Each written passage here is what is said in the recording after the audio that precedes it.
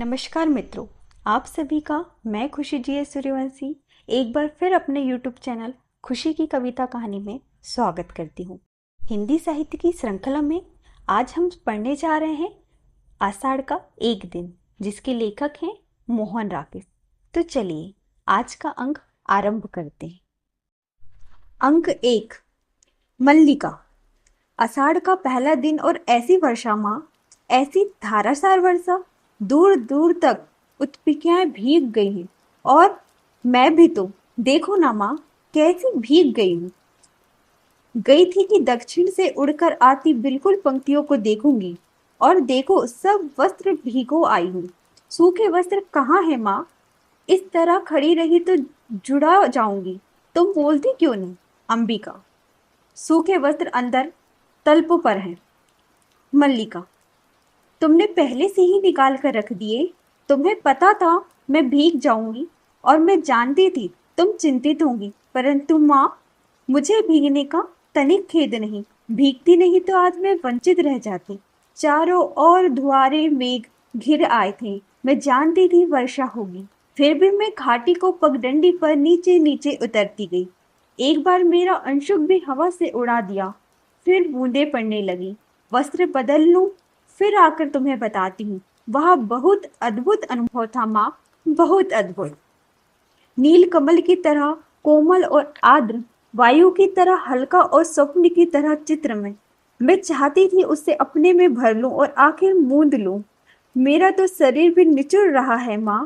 कितना पानी इन वस्त्रों ने पिया है। ओह, शीत की चुभन के बाद उष्णता का यह स्पर्श। माँ, आज के वे क्षण मैं कभी नहीं भूल सकती। सौंदर्य का ऐसा साक्षात्कार मैंने कभी नहीं किया, जैसे वह सौंदर्य स्पर्श होते हुए भी मशाल हो। मैं उस छू सकती हूँ, देख सकती हूँ, पी सकती हूँ। तभी मुझे अनुभव हुआ कि वह क्या है जो भावना को कवित्व रूप देता है। मैं जीवन में पहली बार समझ पाई कि क्यों कोई पर्वत शिखर को सहलाती मेघमालाओं में खो जाता है, क्यों किसी को अपने तन मन की अपेक्षा आकाश में बनते मिटते चित्रों का इतना मोह हो रहता है। क्या बात है माँ, इस तरह चुप क्यों? अंबिका। देख रही हो मैं काम कर रही हूँ। मल्लिका। काम तो तुम हर समय करती हो, परंतु हर समय इस तरह चुप नहीं रहती। मैं तुम्हें काम नहीं करने दूंगी, मुझसे बात करो। अंबिका। क्या बात करूं? मल्लिका। कुछ भी कहो, मुझे डांटो कि भीग कर क्यों आई हूँ, या कहो कि तुम थक गई होंगी इसलिए शीश धान में मैं फटक दूं, या कहो कि तुम घर में अकेली थी इसलिए तुम्हें अच्छा नहीं लग रहा था। अंबिका। मुझे यह सब अच्छा लगता है, और मैं घर में दुकेली कब होती हूँ? तुम्हारे यहाँ रहते मैं अकेली नहीं होती। मल्लिक।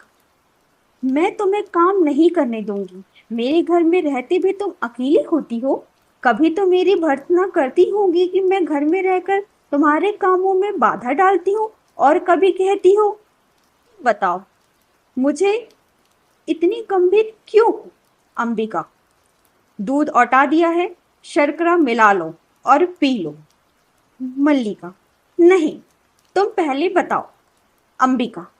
और जाकर थोड़ी देर तल्प पर विश्राम कर लो, मुझे अभी। मल्लिका। नहीं माँ, विश्राम नहीं करना। थके कहाँ हूँ जो विश्राम करूं? मुझे तो अब भी अपने में बरसती बूंदों के पुलक का अनुभव हो रहा है। रोम अभी तक सींच रहे हैं। तुम बताती क्यों नहीं? ऐसे करूंगी तो मैं तुमसे कभी बात नहीं करूंगी। क्या हुआ माँ, तुम रो क्यों रही हो? अंबिका। कुछ नहीं मल्लिका, कभी बैठे बैठे मन उदास हो जाता है। मल्लिका। बैठे बैठे मन उदास हो जाता है, परंतु बैठे बैठे रोया तो नहीं जाता। तुम्हें मेरी सौगंध है माँ, जो मुझे नहीं बताओ। ये लोग कौन है माँ? मल्लिका। संभवतः राज्य के कर्मचारी। मल्लिका। ये यहाँ क्या कर रहे हैं? अंबिका। जाने क्या कर रहे हैं। कभी वर्षों में आकृति यहाँ दिखाई देती है, और जब भी दिखाई देती है कोई ना कोई अनिष्ट होता है। कभी युद्ध की सूचना आती है, कभी महामारी की। पिछली महामारी में तुम्हारे पिता की मृत्यु हुई, तब भी मैंने ये आकृति यहाँ देखी थी। मल्लिका। परंतु आज ये लोग यहाँ किस लिए आए हैं? अंबिका, ना जाने किस लिए आए हैं। मल्लिका, माँ, तुमने बात नहीं बताई।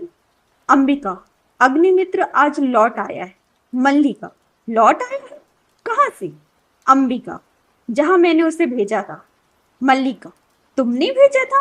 किंतु मैंने तुमसे कहा था अग्निमित्र को कहीं भेजने की आवश्यकता नहीं है। तुम जानती हो मैं विवाह नहीं करना चाहती, फिर उसके लिए प्रयत्न क्यों करती हो? तुम समझती हो मैं निरर्थक प्रलाप कर रही हूँ? अंबिका, मैं देख रही हूँ तुम्हारी बात ही सच होने जा रही है। अग्निमित्र संदेश लाया है कि वे लोग इस संबंध के लिए प्रस्तुत नहीं हैं। कहते हैं। मल्लिका, क्या कहते हैं? क्या अधिकार है उन्हें कुछ भी कहने का? मल्लिका का जीवन उसकी अपनी संपत्ति है, वह उसे नष्ट करना चाहती है तो किसी को उस पर आलोचना करने का क्या अधिकार है? अंबिका, मैं कब कहती हूँ मुझे अधिकार है? मल्लिका, मैं तुम्हारे अधिकार की बात नहीं कह रही। अंबिका, तुम ना कहो, मैं कह रही हूं। आज तुम्हारा जीवन संपत्ति है, मेरा तुम पर कोई अधिकार नहीं। मल्लिका, ऐसा क्यों कहती हो? तुम मुझे समझने का प्रयत्न क्यों नहीं करती? अंबिका, मैं जानती हूं तुम पर आज अपना अधिकार भी नहीं है, किंतु इतना बड़ा अपवाद मुझसे नहीं सहा जाता।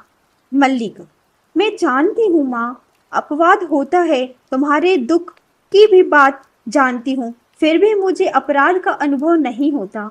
मैंने भावना में एक भावना का वर्ण किया है, मेरे लिए वह संबंध और वह संबंधों से सबसे बड़ा है। मैं वास्तव में अपनी भावना से प्रेम करती हूँ, जो पवित्र है, कोमल है, अनश्वर है। अंबिका, और मुझे ऐसी भावना से वितृष्णा होती है। पवित्र, कोमल, अनश्वर, हाँ। मल्लिका, माँ, तुम मुझ पर विश्वास क्यों नहीं करती? अंबिका, तुम जिसे भावना कहती हो वह केवल छलना और आत्म प्रवंचना है। भावना में भावना का वर्ण पूछती, मैं पूछती हूँ भावना में भावना का वर्ण क्या होता है? उससे जीवन की आवश्यकता किस तरह पूरी होती है? भावना में भावना का वर्ण? मल्लिका, जीवन की स्थूल आवश्यकता ही तो सब कुछ नहीं है माँ, इसके अतिरिक्त भी बहुत कुछ है। अंबिका, होगा, मैं नहीं जानती। मल्लिका, सच तो यह है माँ कि ग्राम के अन्य व्यक्तियों की तरह तुम भी उन्हें संदेह और वितर्षणा की दृष्टि से देखती हो। अंबिका, गांव के अन्य लोग उसे उतना नहीं जानते जितना मैं जानती हूँ, मैं उससे घृणा करती हूँ। मल्लिका, माँ। अंबिका, अन्य लोग को उससे का प्रयोजन है, परंतु मुझे है, उसके प्रभाव से मेरा घर नष्ट हो रहा है।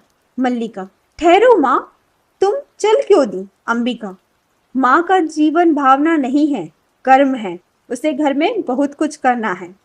कालिदास, हम जिएंगे हरिण सावक, जिएंगे ना? एक बार से आहत होकर हम प्राण नहीं देंगे। हमारा शरीर कोमल है तो क्या हुआ, हम पीड़ा सह सकते हैं। एक बार प्राण ले सकता है तो उंगलियों का कोमल स्पर्श प्राण दे भी सकता है। हम नए प्राण मिल जाएंगे, हम कोमल आचरण पर विश्राम करेंगे, हमारे अंगों पर घृत का लेप होगा, कल हम फिर वनस्थली में घूमेंगे, कोमल दुर्वा खाएंगे, खाएंगे ना? मल्लिका, यह आहत हरिण शावक, यहाँ ऐसा कौन व्यक्ति है जिसने इसे आहत किया? क्या दक्षिण की तरह यहाँ भी? कालिदास, आज ग्राम प्रदेश में कई आकृतियां देख रहा हूँ। राज्य के कुछ कर्मचारी आए हैं, हम सोएंगे, हाँ हम थोड़ी देर सो लेंगे तो हमारी पीड़ा दूर हो जाएगी, परंतु उससे पहले हमें थोड़ा दूध पी लेना है। मल्लिका, थोड़ा दूध हो तो किसी भाजन में ले आओ। मल्लिका, माँ ने दूध औटा कर रखा है, देखती हूँ। अभी अभी 2-3 राज्य कर्मचारियों को हमने घोड़े पर जाते देखा। माँ कहती है कि जब भी ये लोग आते हैं तो कोई ना कोई अनिष्ट होता है। वर्षा के रोमांच के बाद मुझे यह सब बहुत विचित्र लगा। माँ आज बहुत रुष्ट है।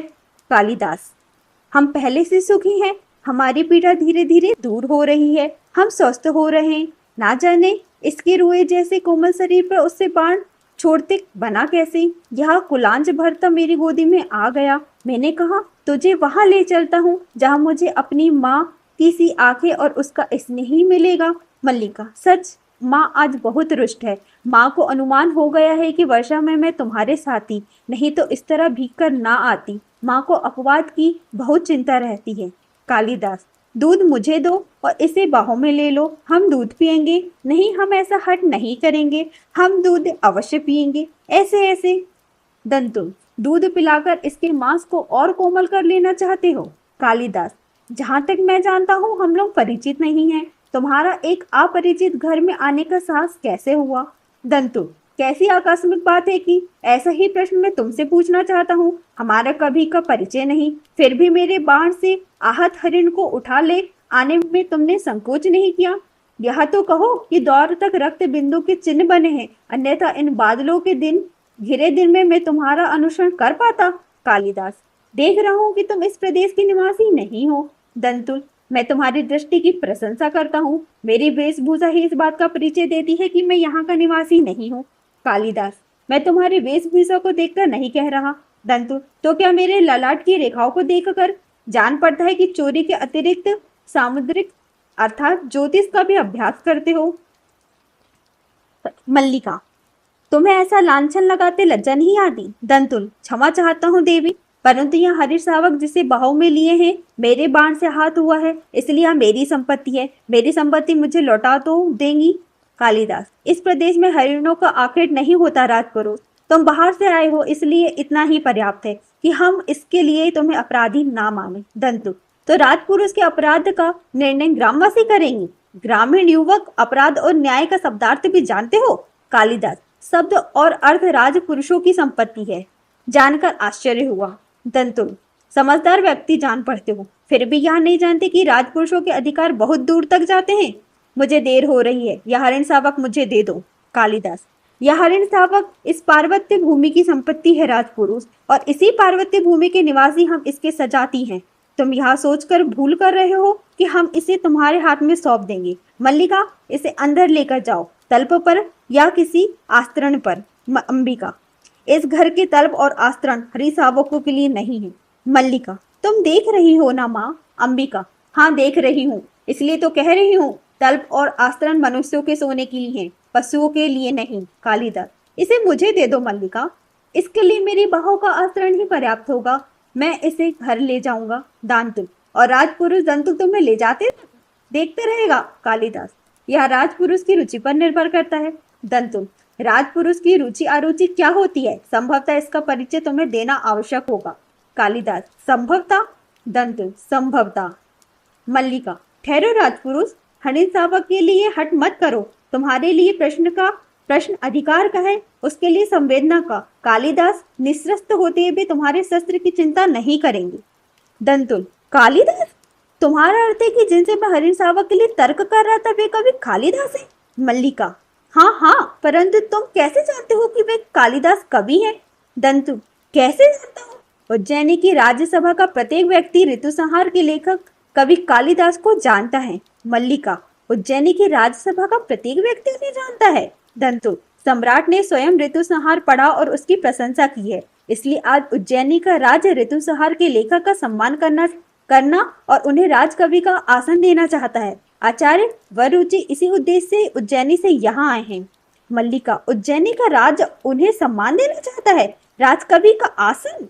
दंतुल, मुझे खेद है, मैंने उनके साथ अशिष्ट का व्यवहार किया, मुझे जाकर उनसे क्षमा मांगनी चाहिए। मल्लिका, तुमने सुना माँ, राज्य उन्हें राजकवि का आसन देना चाहता है। अंबिका, गीले वस्त्र मुझे सूखने के लिए फैला दिए हैं, थोड़ा सा दूध शेष है, इसमें शर्करा मिला दी है। मल्लिका, तुमने सुना नहीं माँ, राजपुरुष क्या कह रहा था? अंबिका, दूध पी लो, आशा करती हूँ अब यहाँ किसी और का आतिथ्य नहीं होना है।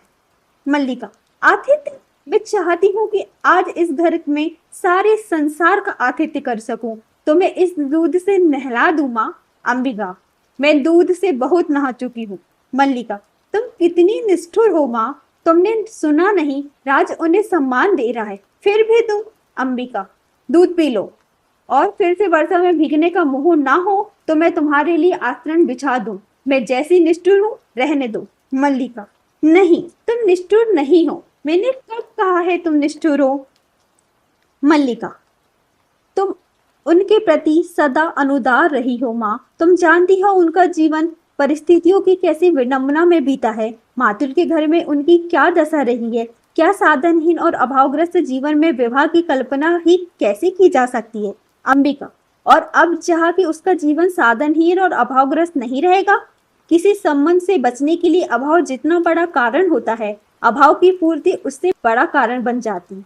मल्लिका, यह तुम्हारी नहीं विलोम की भाषा है। अंबिका, मैं ऐसे व्यक्ति को अच्छी तरह समझती हूँ। तुम्हारे साथ उसका इतना ही संबंध है कि तुम एक उपादान जिसके आश्रय में वह अपने से प्रेम कर सकता है, अपने पर गर्व कर सकता है। क्या सजीव व्यक्ति नहीं हो? तुम्हारे प्रति उसका और तुम्हारा कोई कर्तव्य नहीं है? कल तुम्हारी माँ का शरीर नहीं रहेगा और घर में एक समय के भोजन की व्यवस्था भी नहीं होगी, तो जो प्रश्न तुम्हारे सामने उपस्थित होगा उसका तुम क्या उत्तर दोगी? तुम्हारी भावना उस प्रश्न का समाधान कर देगी? फिर कह दो यह मेरी नहीं विलोम की भाषा है। मल्लिका, माँ, आज तक का जीवन किसी तरह बीता ही है, आगे का भी बीत जाएगा। आज जब उसका जीवन एक नई दिशा ग्रहण कर रहा है, मैं उनके सामने अपने स्वार्थ की घोषणा नहीं करना चाहती। मातु, अंबिका, अंबिका, घर में हो कि नहीं? मातु, हो, घर में ही हो। मैं आज सारे ग्राम में घोषणा करने जा रहा हूँ, मेरा इस कालिदास नामधारी जीव से कोई संबंध नहीं है। मल्लिका, क्या हुआ आर्य मातुल? मातुल, मैंने इसे पाला पोसा बड़ा किया, क्या इसी दिन के लिए कि इस तरह कुलद्रोही बने? मल्लिका, परंतु उन्होंने तो सुना है राज्य की ओर से सम्मानित किया जा रहा है, उज्जैनी से कोई आचार्य आए हैं। मातुल, यही तो कह रहा हूँ, उज्जैनी से कोई आचार्य आए हैं। मल्लिका, परंतु आप तो कह रहे हैं। मातुल, मैं ठीक कह रहा हूँ, आचार्य कल ही इसे अपने साथ उज्जैनी ले जाना चाहते हैं। मल्लिका, किंतु? मातुल, 2 रथवाहा और 4 अश्वारोही उनके साथ हैं। मैं तुमसे नहीं कहता था अंबिका कि हमारे प्रति प्रपिता महा के एक दोहित्र का पुत्र गुप्त राज्य की ओर से शकों से युद्ध कर चुका है। अंबिका, तुम अपने भागने की बात कर रहे थे। मातुल, उसी की बात कर रहा हूँ अंबिका। तुम समझो कि एक तरह से राज्य की ओर से हमारे वंश का सम्मान किया जा रहा है और ये वंशावंतंस कहते हैं मुझे यह सम्मान नहीं चाहिए। मैं राज्य की मुद्राओं के कृत्य होने के लिए नहीं हूँ। मल्लिका, वे राज्य के सम्मान को स्वीकार नहीं करना चाहते। मातुल, मेरी समझ में नहीं आता कि इसमें क्रय विक्रय की क्या बात है। सम्मान मिलता है, ग्रहण करो, नहीं कवित्व का मूल्य ही क्या है? मल्लिका, कवित्व का कुछ मूल्य है आर्य मातु, तभी तो सम्मान का भी मूल्य है। मैं समझती हूँ कि उनके हृदय में यह सम्मान कहाँ चुभता है। अंबिका, मैं तुम्हें विश्वास दिलाती हूँ कि वह उज्जैनी अवश्य जाएगा। मातुल, अवश्य जाएगा? वे लोग इसके अनुचर हैं जो अभिवस्तु करके इसे ले जाएंगे। अंबिका, सम्मान प्राप्त होने पर सम्मान के प्रति प्रकट की गई उदासीनता व्यक्ति के महत्व को बढ़ा देती है। तुम्हें प्रसन्न होना चाहिए कि तुम्हारा भागिने लोकनीति में निष्णात है। मातुल, यह लोकनीति है तो मैं कहूंगा कि लोकनीति और मूर्ख नीति दोनों का ही एक अर्थ है। जो व्यक्ति कुछ देता है, धन्य हो या सम्मान हो, वह अपना मन बदल भी सकता है और बदल गया तो बदल गया। तुम सोचो कि सम्राट रुष्ट भी तो हो सकते हैं। एक साधारण कवि ने उनका सम्मान स्वीकार नहीं किया। निक्षेप, मातुल, आप अभी तक यहाँ हैं और आचार्य आपकी प्रतीक्षा कर रहे हैं। मातुल, और तुम यहाँ क्या कर रहे हो? मैंने तुमसे नहीं कहा था कि जब तक मैं लौट कर ना हो तुम आचार्य के पास रहना। निक्षेप, परंतु यह भी तो कहा था कि आचार्य विश्राम कर चुके तो आपको सूचना दे दे। मातुल, यह भी कहा, किंतु यह भी तो कहा था। यह कहा तुम्हारी समझ में आ गया, वहां नहीं आया। निक्षेप, किंतु मातुल। मातुल, किंतु क्या? मातुल मूर्ख है? बताओ, तुम मुझे मूर्ख समझते हो? निक्षेप, नहीं मातुल। मातुल, मैं मूर्ख नहीं हूँ तो निश्चय ही तुम मूर्ख हो। आचार्य ने क्या कहा? निक्षेप, उन्होंने कहा कि वे आपके साथ इस सारे ग्राम प्रदेश में घूमना चाहते हैं जिस प्रदेश ने कालिदास की कविता को जन्म दिया है। मातुल, कालिदास की कविता? न जाने इतने बड़े आचार्य को इसकी कविता में क्या विशेषता दिखाई देती है। इस व्यक्ति को सम्मान लोक व्यवहार तक का ज्ञान नहीं है और तुम लोकनीति की बात कहती हो। आप एक हरिण सावा को गोदी में लिए घर की ओर आ रहे थे। सौभाग्यवश मैंने बाहर ही देख लिया। मैंने प्रार्थना की कि कवि कुलगुरु इस समय उस रूप में घर में जाने का नहीं है। उज्जैनी के एक बहुत बड़े आचार्य आए हैं। आप सुनते ही लौट पड़े जैसे रास्ते में सांप देख लिया हो। अंबिका, मल्लिका, मातुल के लिए अंदर से आसन ला दो। मातुल, नहीं, मुझे आसन नहीं चाहिए, आचार्य मेरी प्रतीक्षा कर रहे हैं। मैंने कहा, कविवर, आचार्य आपको आपको साथ उज्जैनी ले जाने आए हैं और राज्य की ओर से आपका सम्मान है। सुनकर रुके, रुककर जलते अंगारों की दृष्टि से मुझे देखा। मैं राज्य की मुद्राओं के लिए कृत नहीं होना के लिए नहीं हूँ। ऐसा कहा जैसे राज्य की मुद्रा आपके विराह में घुली जा रही है और चल दिए। मेरे लिए धर्म संकट खड़ा हो गया है कि अनुनय करता हुआ आपके पीछे पीछे आऊं और या अभ्यागत को देखूं। अब इस निक्षेप से आचार्य के पास बैठने को कहकर आया था और यहाँ धुरीहीन चक्र की तरह मेरे पीछे पीछे चला आया। निक्षेप, किंतु मातुल मैंने तो समाचार देने आया था कि। मातुल, और मैं समाचार देने के लिए तुमसे धन्यवाद कहता हूँ। बहुत अच्छा किया, अभ्यागत यहाँ बैठे हैं और आप समाचार देने यहाँ चले आए। अब इतना कीजिए कि वे कवि कुल शिरोमणि जहाँ भी हो उन्हें ढूंढकर ले आइए। मेरा कर्तव्य कहता है जैसे भी हो उसे आचार्य के सामने प्रस्तुत करूं और मन कहता है कि उसे जहाँ देखूं वहीं चोटी से पकड़कर। निश्चित, मातुल का तीसरा नेत्र हर समय खुला रहता है। मल्लिका, परंतु कालिदास इस समय है कहाँ? निश्चित, कालिदास इस समय जगदम्बा के मंदिर में है। मल्लिका, आपने उन्हें देखा है? निश्चित, देखा है। मल्लिका, परंतु आपने मातुल से नहीं कहा? निश्चित, मैं नहीं चाहता था कि मातुल इस समय वहां जाए। मल्लिका, क्यों? क्या आप भी नहीं चाहते कि कालिदास? निश्चित, मैं चाहता हूं कि कालिदास उज्जैनी अवश्य जाए, इसलिए मैंने मातुल का इस समय उसके पास जाना उचित नहीं समझा। मातुल को अपने मुंह के शब्द सुनने में ऐसा रस प्राप्त होता है। वे बोलते हैं, परिस्थितियों को समझना नहीं चाहते। कालिदास कह रहे हैं कि जब तक उज्जैनी से आए अतिथि लौट नहीं जाते, वे जगदम्बा के मंदिर में ही रहेंगे, घर नहीं जाएंगे। अंबिका, कैसी विक्षणता है? निश्चित, विक्षणता? अंबिका, विछड़ता ही तो है। निश्चित, इसमें विछड़ता क्या है अंबिका? अंबिका, राज्य कवि का सम्मान करना चाहता है। कवि सम्मान के प्रति उदासीन, जगदम्बा के मंदिर में साधन निरंतर है। राज्य के प्रति निधि मंदिर में आकर कवि और अभ्यर्थना करते हैं। कवि धीरे धीरे आंखें खोलता है। इतना बड़ा नाटक करना विछड़ता नहीं है? निश्चित, कालिदास नाटक नहीं कर रहे हैं अंबिका। मुझे विश्वास है कि उन्हें राज्य की सम्मान का मोह नहीं है। वे सचमुच इस पर्वत भूमि को छोड़कर नहीं जाना चाहते। अंबिका, नहीं चाहता? निश्चित, मातुल का यह किसी का भी आग्रह उनका हट नहीं छोड़ा सकता। केवल एक व्यक्ति है जिसके अनुरोध से संभव है वे हट छोड़ देंगे। अंबिका, हमारे घर में किसी को उसके हट छोड़ने या ना छोड़ने से कोई प्रयोजन नहीं। निश्चित, कालिदास अपनी भावुकता में भूल रहे हैं कि इस अवसर का तिरस्कार करके वे बहुत कुछ खो बैठेंगे। योग्यता 1/4 व्यक्तित्व का निर्माण करती है, शेष पूर्ति प्रतिष्ठा द्वारा होती है। कालिदास को राजधानी अवश्य जाना चाहिए। अंबिका, तो उसमें बाधा क्या है? निश्चित, मैंने अनुभव किया है कि उनके हट के मूल में कहीं गहरी कटुता की रेखा है। मल्लिका, मैं जानती हूँ वह रेखा कहाँ है। कुछ समय पहले एक राजपुरुष से उनका सम्मान हो चुका है। निश्चित, उस कटुता को केवल तुम ही दूर कर सकती हो। मल्लिका, अवसर किसी की प्रतीक्षा नहीं करता।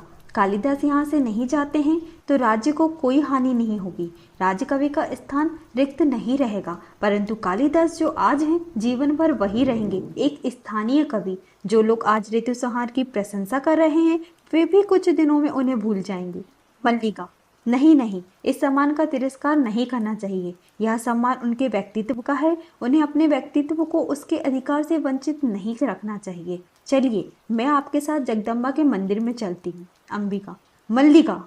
मल्लिका, माँ। अंबिका, मुझे एक बाहर के व्यक्ति के सामने कहना होगा कि मैं इस समय तुम्हारे वहाँ जाने के पक्ष में नहीं हूँ। निक्षेप बाहर का व्यक्ति नहीं है अंबिका। मल्लिका, यह एक महत्वपूर्ण क्षण है माँ, मुझे इस समय अवश्य जाना चाहिए। आइए आर्य निक्षेप। निश्चित, क्षमा चाहता हूँ अंबिका।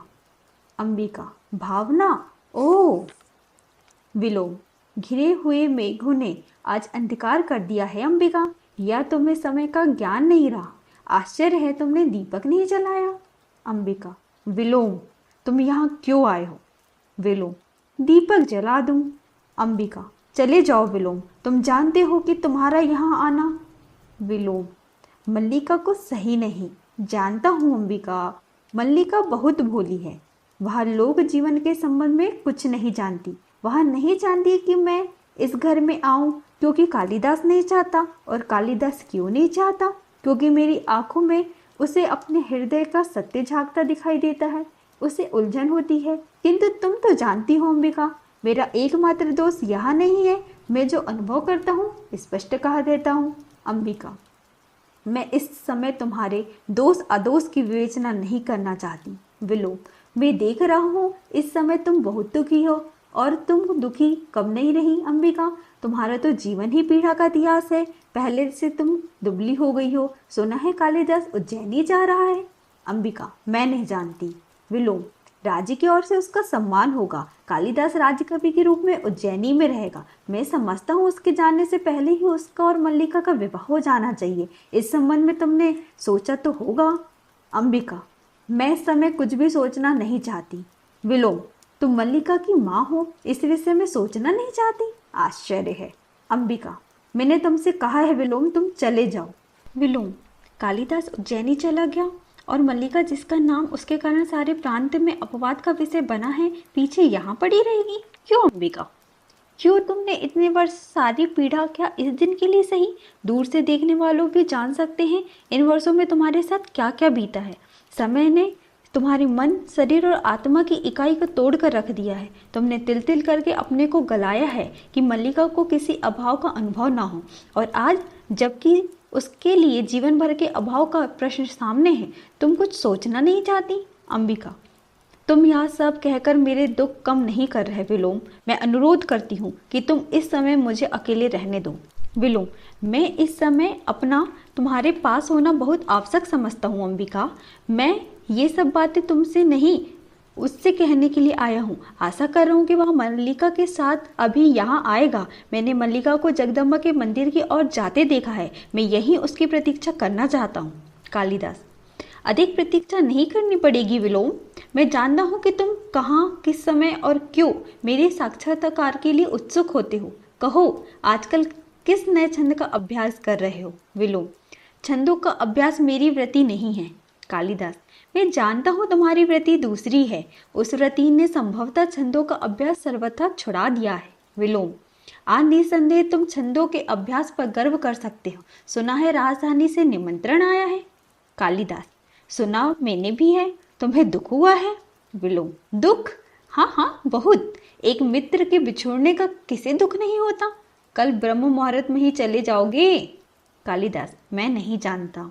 विलोम, मैं जानता हूँ। आचार्य कल ब्रह्म मुहूर्त में ही लौट जाना चाहते हैं। राजधानी के वैभव में जाकर ग्राम प्रांत को भूल तो नहीं जाओगे?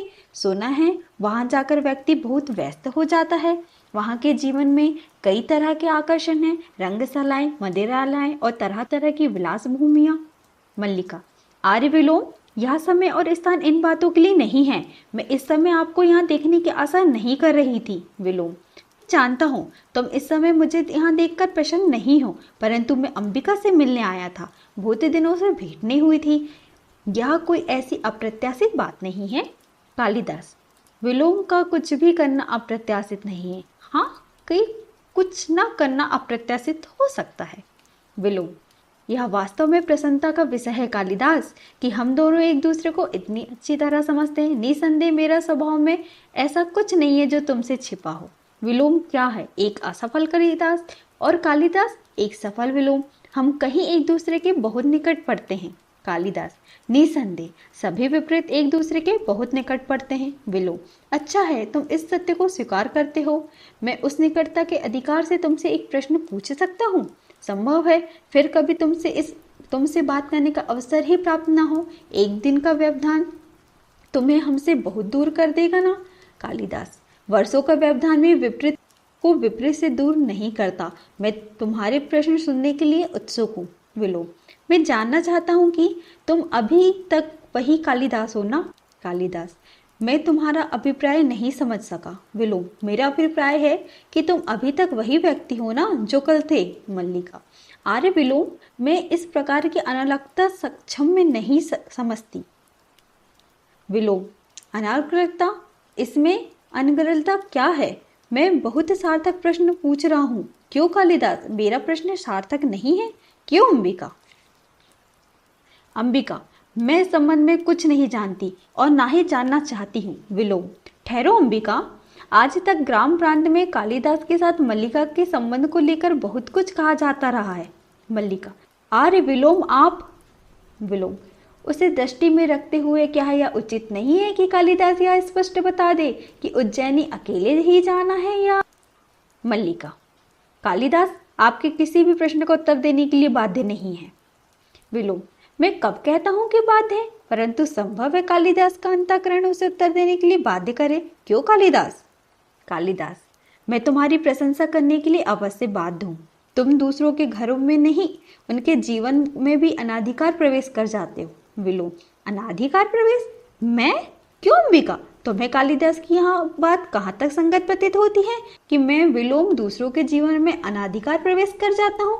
अंबिका, मैं कह चुकी हूँ, मुझे इस संबंध में कुछ भी नहीं कहना है। विलोम, बस चल ही दी। अच्छा कालिदास, तुम ही बताओ, तुम्हें अपनी यह बात कहाँ तक संगत प्रतीत होती है? मैंने किसके जीवन में अनाधिकार प्रवेश किया है? चलो ग्राम प्रांत में चलकर किसी से भी पूछ लो, तो तुम अपने अंतःकरण से भी मेरे प्रश्न का उत्तर देने के लिए बाध्य नहीं हो। संभवतः प्रश्न ही ऐसा है। कालिदास, तुम कुछ भी अनुमान लगाने के लिए स्वतंत्र हो। मैं इतना ही जानता हूँ कि मुझे ग्राम प्रांत छोड़कर उज्जैनी जाने का तनिक मोह नहीं है। विलोम, निसंदेह तुम्हें ऐसा मोह नहीं होगा, साधारण व्यक्ति को हो सकता है, तुम्हें क्या होगा? परंतु मैं केवल इतना जानना चाहता हूँ कि यदि ऐसा हो, क्षण भर के लिए स्वीकार कर लिया जाए, तो तुम जाने का निश्चय कर लो, तो उस स्थिति में क्या यह उचित नहीं? मल्लिका, आर्य विलोम, आप अपनी सीमाएं से आगे जाकर बात कर रहे हैं। मैं बच्ची नहीं हूँ, अपना भुला पड़ा सब समझती हूँ। आप संभवतः यह अनुभव नहीं कर रहे हैं कि आप यहाँ इस समय एक अनचाहे अतिथि के रूप में उपस्थित हैं। विलोम, मैं अनुभव करने की मैंने आवश्यकता नहीं समझी। तुम मुझसे घृणा करती हो, मैं जानता हूँ, परंतु तुमसे घृणा नहीं करता। मेरे यहाँ होने के लिए इतना ही पर्याप्त है। और एक बात कालिदास से भी करना चाहता हूँ। तुम कालिदास के बहुत निकट हो, परंतु मैं कालिदास को तुमसे अधिक जानता हूँ। तुम्हारी यात्रा शुभ हो कालिदास, तुम जानते हो विलोम तुम्हारा ही शुभ चिंतक है। कालिदास, यह मुझसे अधिक कौन जान सकता है? विलोम, अनचाहा अतिथि संभवतः फिर भी कभी आ पहुँचे, तब के लिए भी क्षमा चाहते हुए। मल्लिका, फिर उदास हो गए। देखो तुम मुझे वचन दे चुके हो। कालिदास, फिर एक बार सोचो मल्लिका, प्रश्न सम्मान और राजस्व स्वीकार करने का ही नहीं, उससे कहीं बड़ा एक प्रश्न मेरे सामने है। मल्लिका, और वह प्रश्न मैं हूँ ना? यहाँ बैठो, तुम मुझे जानते हो ना? तुम समझते हो कि तुम इस अवसर को ठुकरा कर यहाँ रह जाओगे तो मुझे सुख होगा।